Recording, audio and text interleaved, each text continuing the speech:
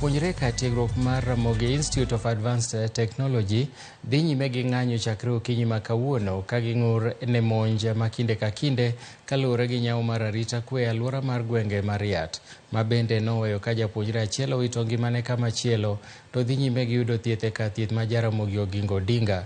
Jopuonjrego owuotho achiel kachiel nyaka kar kano ringre jomotho ma Jaramogi kendo go tach kanyo ka giywago achiel kuomgi ma giwacho ni nowito ngimane kaluwore kod monj ma kamano.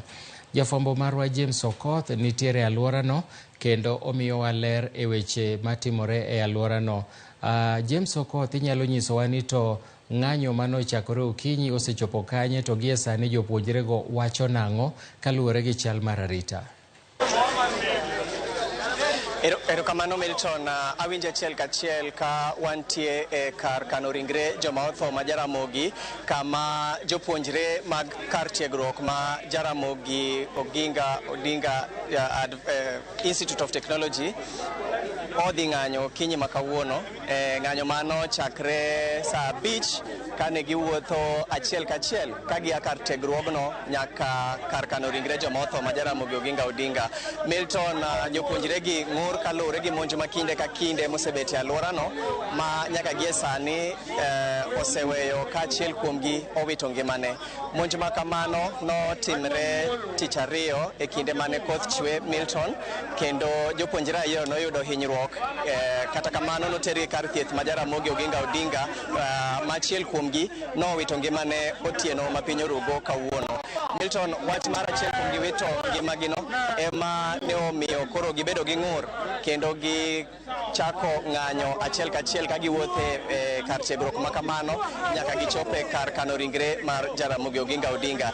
Gie sani mana kaka inyalo neno toka kanyo, Milton, gigo thach ka kendo giramo ni ok giwuog kae mar gidwan mondo giywago achiel kuomgi ma osewito ngimane, ka bende ging'ur kaluwore gi nok mar arita kwe kuonde kata kar dak ma kar tiegruok ma Jaramogi kata Riat nitie.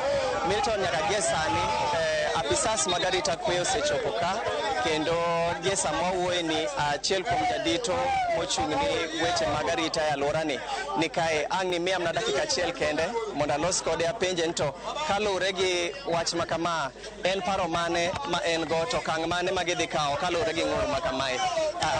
Karibu sana Senior, utatuambia tu majina yako, utuambie ni yapi ambayo mnayo kulingana na matokeo ya asubuhi ya leo. Asante, jina langu ni Bosek, Deputy County Commissioner Kisumu Central. Kwanza ningependa kutoa rambirambi zangu kwa familia na wanafunzi wa chuo kikuu cha Riat kwa kitendo kilichofanyika. Cha muhimu ni kwamba na washukuru wameandamana kutueleza shida zao, na tunawahakikishia kwamba kuanzia leo tunaweka mikakati ya kufanya patrols na kuongeza askari wale watatembea pale, na tunaomba pia kwamba watusaidie na machina ama wale watu ambao wanashuku kwamba wanahusika na hiki kitendo, hivi kwamba tunaongea maofisa wetu wa usalama na hasa wa kitengo cha CID wako na hiyo kesi, wanaendelea kuchunguza, na nawahakikishia kwamba wale ambao walisababisha kitendo hiki watachukuliwa hatua kulingana na sheria. Kwa hivyo nawaomba waendelee, na pia wale jumuiya ambao wanaishi pale karibu nao waendelee kushirikiana na wanafunzi ili waendelee kuwa na usalama wao. Kufikia sasa kuna mtu yoyote ambaye ametiwa mbaroni? Kulingana na uchunguzi wenu mmefikia wapi hadi kwa sasa? Kufikia sasa siwezi sema kuna mtu amewekwa tiwa mbaroni, lakini maofisa wetu wa usalama kitengo cha CID DCI wako katika ground wanaendelea na uchunguzi, na naamini kwamba kufikia jioni tutakuwa na mwelekeo kamili. Erokamano Milton, mana kaka iwinjo ka apisa mochung' ne weche arita kwe alworani osewacho ni kachopo odhiambo ma kawuono gidhi neno ni nonro margi ochopo kamoro. Nyaka gie sani giwacho ni ng'ato ang'ata mosemak kaluwore gi monj ma kamano onge, to kata kamano nonro ewi wachni dhi nyime.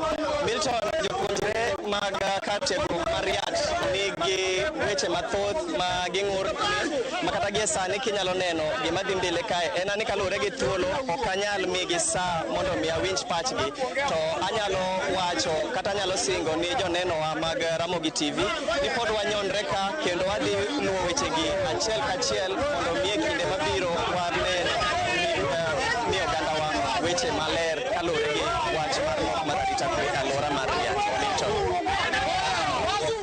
Erokamano ahinya James Okoth kuom lipot mar nek makamano motimore e alwora ma Kisumo. En geno marwa na apisa mag arita biro timo maginyalo mar mako achije motimo tim makoch makamano. Ka wadhi mbele ni Doho ma Machakos dhi ng'ado bura